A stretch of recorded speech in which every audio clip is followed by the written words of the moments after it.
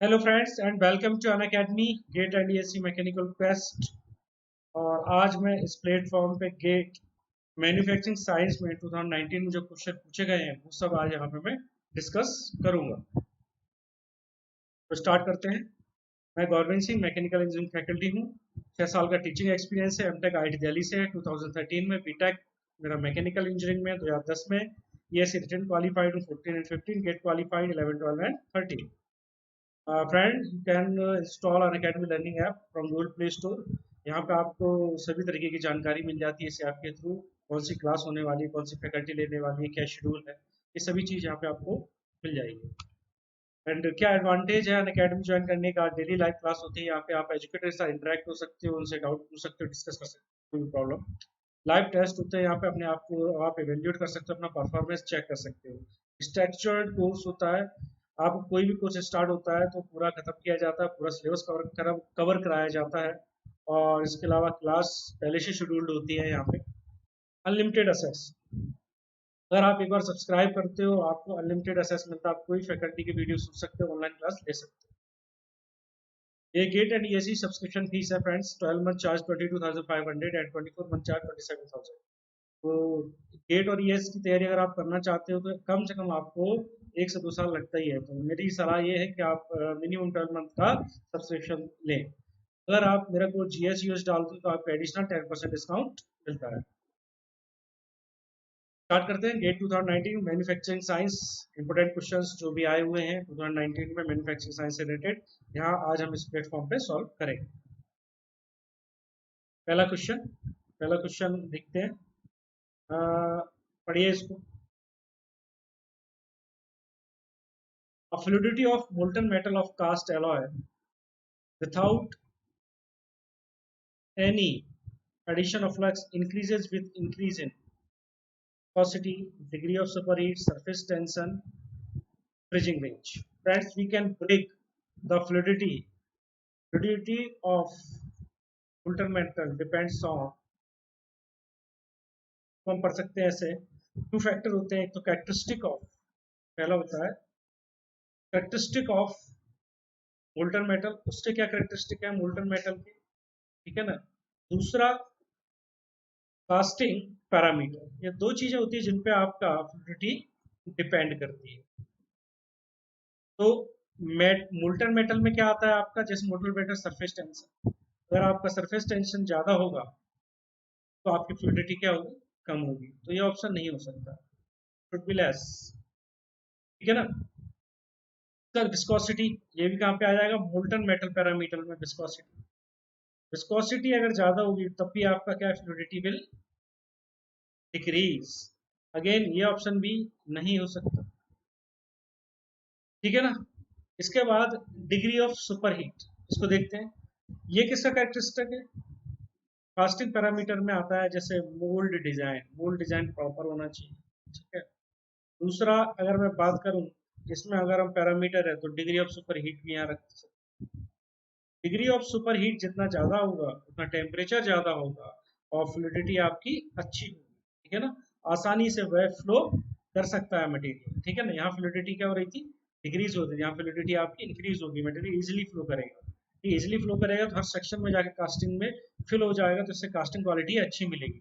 तो सुपरहीट बढ़ाने से टेम्परेचर बढ़ता है, फ्लूइडिटी अच्छी होती है और आपका जो भी मोल्टन मेटल है हर सेक्शन क्रॉस सेक्शन के अलोंग फिल हो जाता है, ठीक है। लेकिन इसका डिसएडवांटेज भी है, टेम्परेचर जितना ज़्यादा पड़ा हो उतना गैस वॉल्विंग कैपेसिटी बढ़ती है।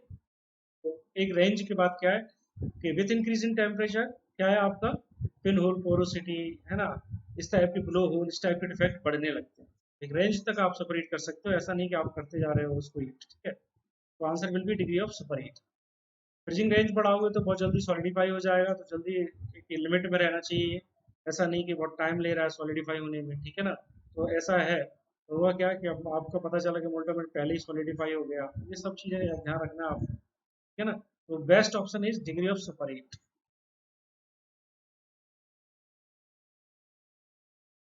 In an orthogonal machining with a single point cutting tool of rake angle 10 degree. The uncut chip thickness and chip thickness are this. आपको uncut and cut chip thickness दोनों दी हुई है, ठीक है ना।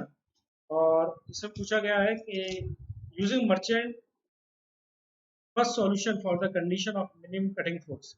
ये किसका क्वेश्चन है फ्रेंड्स? मेटल कटिंग का। मेटल कटिंग में आपको पता है फोर्स एनालिसिस के लिए हम जो सर्कल यूज करते हैं उसको क्या बोलते हैं? मर्चेंट सर्कल, ठीक है ना। तो फोर्स का एनालिसिस इसलिए जरूरी है कि कम से कम फोर्स आए, इस पर टूल से उसकी लाइफ बढ़े, ठीक है ना। मशीनिंग कॉस्ट आपकी उससे क्या होगी? टूल की लाइफ कम, टूल की लाइफ ज़्यादा होगी, ज़्यादा टूल वो ज़्यादा प्रोडक्टिविटी होगी इसकी, तो आपके ओवरऑल जो मशीनिंग कॉस्ट है विल इंक्रीज, ठीक है ना। ऐसा नहीं कि टूल बहुत जल्दी ब्रेक हो रहा है, ठीक है ना, तो आज से क्या टूल कॉस्ट बढ़ेगा तो ओवरऑल कॉस्ट प्रोडक्ट की बढ़ेगी। तो हम ये देखते हैं कि पहली चीज़ तो ये हो गई। दूसरा, पावर कंजम्पशन क्या होना चाहिए? उसके अकॉर्डिंग अगर फोर्स बढ़ेंगे तो power consumption will increase and ultimately the final cost will increase. Force जो लग रहे हैं कि between the tool and chips, तो इसका भी एनालिसिस करने के लिए हम मर्चेंट सर्किल का यूज करते हैं, ठीक है ना। तो मिनिमम पावर रिक्वायरमेंट केस में मर्चेंट सर्किल ने जब एनालिसिस किया तो क्या पाया? 2 pi plus alpha minus lambda equal to 90 degree. ये वो रिलेशन पे जिस पे पावर आपके मिनिमम होती है, फोर्स आपके मिनिमम होते हैं और पावर कंजप्शन सबसे कम होता है। यही दिया minimum cutting force, coefficient of friction at the top at the chip tool interface. इसमें हमको क्या क्या अननोन है? पहला तो है आपका ये फाई हमको चाहिए, है फाई मतलब क्या? शेयर एंगल, शेयर एंगल चाहिए हमको। Alpha rake angle, back rake angle, ठीक है ना, बैक रेक एंगल, ठीक है ना, ये चाहिए। दूसरा लैम्डा, लैम्डा क्या है यहाँ पे? लैम्डा है आपका फ्रिक्शन एंगल, ठीक है। तो हमको यही चाहिए कि टूल चीप या कोएफिशिएंट ऑफ फ्रिक्शन कितना होगा? इक्वल टू होता है 10 लैम्डा। अगर हमारे पास लैम्डा आ जाएगा तो हम बता सकते हैं कि कितना ये फ्रिक्शन होगा, ठीक, सिंपल सा। तो पहले सबसे पहले फाई पता है क्या? नहीं पता। आर पता है? बिल्कुल पता है। तो आर, हम सबसे पहले आर देख लेंगे। तो आर कितना आएगा? T1/T2, कितना भी आए T1/T2 से आप निकाल लोगे आर को, ठीक है। अल्फा गिवन है 10 डिग्री, ठीक है। T1 आपको गिवन है कितना? 0.125 mm। T2 गिवन है कितना है? 0.22 mm, ठीक। तो 10 फाई फॉर्मूला क्या होता है? Equal to R cos alpha, R cos alpha 1 - R sine alpha. यहाँ पे आर की वैल्यू आप T1/T2 पुट करेंगे, कॉस अल्फा, अल्फा की वैल्यू 10 डिग्री पुट करेंगे, and then finally phi comes out to be 31.706। इसको आप कैलकुलेटर से चेक करके देखोगे, ठीक है ना। इसके बाद जब आपका ये आ गया तो अब आप क्या करोगे? 2 phi plus lambda minus alpha आपको पता है equal to 90 degree for minimum cutting forces के अकॉर्डिंग। तो यहाँ से आप 2 फाई, फाई की वैल्यू 31.706 प्लस लैम्डा हमको निकालना है 2 phi plus lambda minus alpha, है ना। तो इसमें आप लैम्डा निकालना, अल्फा की वैल्यू कितनी है? ये हमको गिवन है 10, ठीक है ना, 90 डिग्री। अब जब आप यहाँ से कैलकुलेट करोगे तो आपका लैम्डा कम्स आउट 36.59, ठीक है। तो मी इक्वल टू 10 लैम्डा, यहाँ से आप इजीली बता दोगे क्या वैल्यू आएगी आपकी? 0.74, क्या आपका फाइनल आंसर है। इंपॉर्टेंट टॉपिक है इसका। इसके बाद a throw hole is drilled in a aluminium alloy plate of 15 mm thickness with a drill bit of diameter 10 mm at a speed of this 0.25 mm revolution and a spindle speed of 1200 rpm. If the specific energy requirement for cutting this material is this, कितना energy requirement है? इसमें मतलब कितना power requirement है for particular volume of material removal, ठीक है ना। Power required for drilling is what? Power आपको पूछा है, स्पेसिफिक कटिंग एनर्जी दी है, तो हमको पता है पावर रिक्वायरमेंट आपको पूछा तो P इक्वल टू होता है पाई/4 D square into F into n/60 into specific energy requirement, है ना, ये हमको दी हुई है। तो पाई/4 इंटू डी स्क्वायर, डी कितना है? 10 mm है आपको गिवन है, ठीक है, 10 mm, इसको पुट करोगे 10 mm। स्पीड कितना दिया हुआ है? 0.25, ठीक है ना। उसके बाद एन कितना दिया है? 1200 रेवोल्यूशन इसमें कन्वर्ट करेंगे। स्पेसिफिक एनर्जी रिक्वायरमेंट 30.7 न्यूटन, ठीक है ना, ये आपको गिवन है। ठीक, तो यहाँ से आप निकाल लोगे न्यूटन पर एम एम क्यूब होगी इसकी डायमेंशन। यहाँ पे थोड़ा सा कुछ मिस्टेक है, ठीक है ना, पर एम एम। यहाँ से जब आप इसको मल्टीप्लाई करोगे तो आपका जो आंसर आएगा 274.889 न्यूटन, ये इसकी डायमेंशन होगी। आप यहाँ पे मल्टीप्लाई करके देखिए, ये सबका मल्टीप्लाई आप जब करोगे तो आपका ये मीटर एम एम क्यूब बनेगा। यहाँ पे M M cube will cancel out, ठीक है ना, और इससे आपके यहाँ पे ये आंसर मिल जाएगा, ठीक है ना। वॉट, जूल पर सेकेंड का होता है वॉट, ठीक है ना, वॉट, वॉट में आंसर मिल जाएगा 274.889। Thickness of a sheet is reduced by rolling without any change in width using 600 mm dia rules. Neglect elastic deflection of the rules and assume that the coefficient of friction at the roll workpiece interface is 0.05, ठीक है ना। The sheet enters the rotating rolls, seat है आपकी कोई, आपको ये rolling operation दिया हुआ है। फाइनली आपका जो आ रही है, ठीक है, रोलिंग ऑपरेशन है। If the initial sheet thickness is 2 mm, initial sheet thickness आपको गिवन है 2 mm, the minimum possible final thickness ये 2 mm आपको गिवन है 2 mm। ये आपको पूछा है फाइनल कितना होगा। सपोज ये this is H1, this is HF, H initial और HF, ठीक है। म्यू आपको गिवन है, तो वी नो दैट फॉर्मूला क्या होता है, HI minus HF equal to me square R. क्यों गिवन है हमको इंटरफेस पे, आर गिवन है क्या, न्यू कितना है 0.05 का होल स्क्वायर, आर गिवन है, बिल्कुल आर गिवन है कितना है 300 mm, ठीक है ना। तो यहाँ से आप इसको मल्टीप्लाई कर दो और एच एफ की वैल्यू आपकी आ जाएगी, कितनी आएगी 1.25, ठीक है ना। एच वन भी आपको गिवन है, एच वन कितना था 2 mm, ठीक है। आप सब वैल्यू पुट कर दो, एच एफ की वैल्यू आपको मिल जाएगी। आगे बढ़ते हैं। Figure shows pouring arrangement for casting of a metal block. Frictional losses are negligible. Acceleration due to gravity is 9.81. The time in second round of the 2 decimal place to fill up the mold cavity. Mould cavity का size दिया है, ठीक है ना, और आपको पूछा कितना टाइम लगेगा। तो ये गेट है, इसका जो फ्लो रेट है ये वॉल्यूम, और इसका जो फ्लो रेट है कितने टाइम में भरेगा, तो इसका जो रिलेशन है, तो रिलेशन क्या होगा आपका, आपको क्या निकालना है टाइम। तो सिंपल सा वॉल्यूम फ्लो रेट को आप इक्वल कर दो, तो वॉल्यूम ऑफ मोल्ड है ना, तो into area velocity to time. Simple सा एरिया ऑफ गेट क्या है, किस वेलोसिटी से आ रहा है, कितने टाइम में ये इस वॉल्यूम को भर पाएगा। ए क्या, ए जी, ये क्या हो जाएगा 2GHT हाइट, ये स्प्रिंग हाइट, ये आ जाएगा आपका 2GHT इंटू टाइम, जो कि हमको निकालना है, इक्वल टू VM, ठीक है। तो यहाँ से हमारा आ जाएगा आसानी से T इक्वल टू कितना आएगा, VM कितना हो जाएगा, VM हो जाएगा 30, VM हो जाएगा, VM हो जाएगा 30, गिवन है हमको 30 इंटू 40 इंटू 50, ठीक है ना। वॉल्यूम ये हो गया। Time AG, area of gate given है क्या, एरिया ऑफ गेट हमको AG, एरिया ऑफ गेट हमको गिवन है क्या इसमें, बिल्कुल डाया गिवन है। This is this two decimal for frictionless, diameter given है, ओके, डायमीटर इधर गिवन है हमको, तो आराम से आ जाएगा area of gate 5/4 D square, 2 centimetre है, ये पूरा सेंटीमीटर में है तो सेंटीमीटर में ये भी हो गया स्क्वायर, ठीक है ना, इंटू 2 9 ये भी सेंटीमीटर नहीं मीटर में है, इसको सेंटीमीटर में कन्वर्ट करो तो 981, ठीक है ना, 981 हो जाएगा सीधा सा।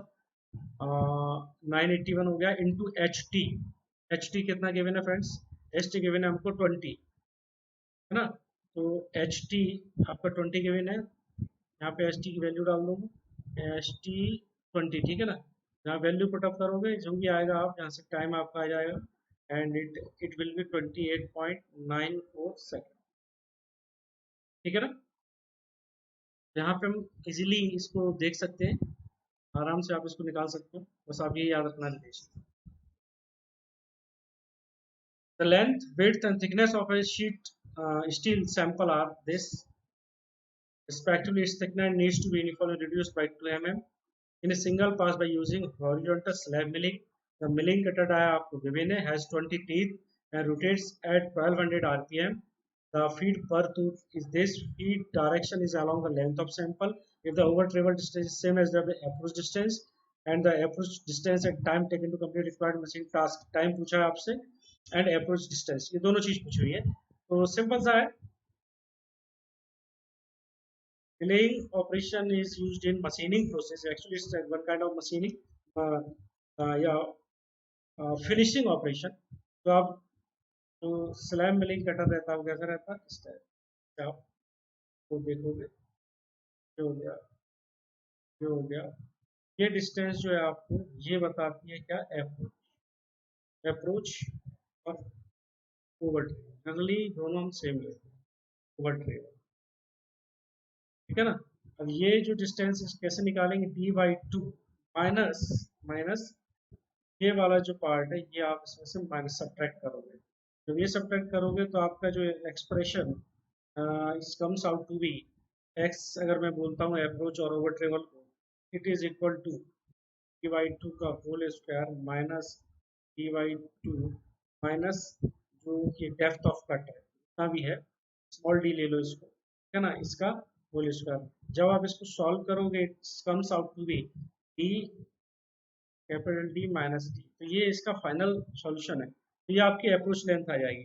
जब आप इसमें वैल्यू पुटअप करोगे, सपोज अप्रोच लेंथ ए एक्स मान लो, तो ये कितना हो गया 2, ठीक है, 100 माइनस 2, इसको जब आप सॉल्व करोगे तो आंसर आएगा 14 mm। 14 mm आपकी अप्रोच लेंथ और ओवर ट्रिबल हो गया, ठीक है ना, जो कि इन दोनों ऑप्शन में आपको गिवन है, इसमें और इसमें। अब हम देख लेते हैं क्या मशीनिंग टाइम। मशीनिंग टाइम क्या होता है friends, T M equal to L by F M. और एल क्या होता है, लेंथ जिसके अलावा हम मशीनिंग कर रहे हैं, तो ये लेंथ आपको गिवन है। लेंथ कितना है, 400, ठीक है, प्लस 14 अप्रोच और ओवर ट्रेवल ऐड होता है लेंथ में अपॉन एफ एन, ठीक है ना। ये हमको एफ एन गिवन रहेगा। ये कितना दिया हुआ है, 0.05 पर टीथ कितने, number of teeth 105 into number of teeth 20, ठीक है ना। ठीक है, ये हमको गिवन है। यहाँ से आप मल्टीप्लाई करोगे एफ एन, जो भी आएगा वो आपका फाइनल आंसर हो जाएगा, ठीक है। यहाँ पे आपका टी एम जो आएगा लगभग आएगा आपका 21.4।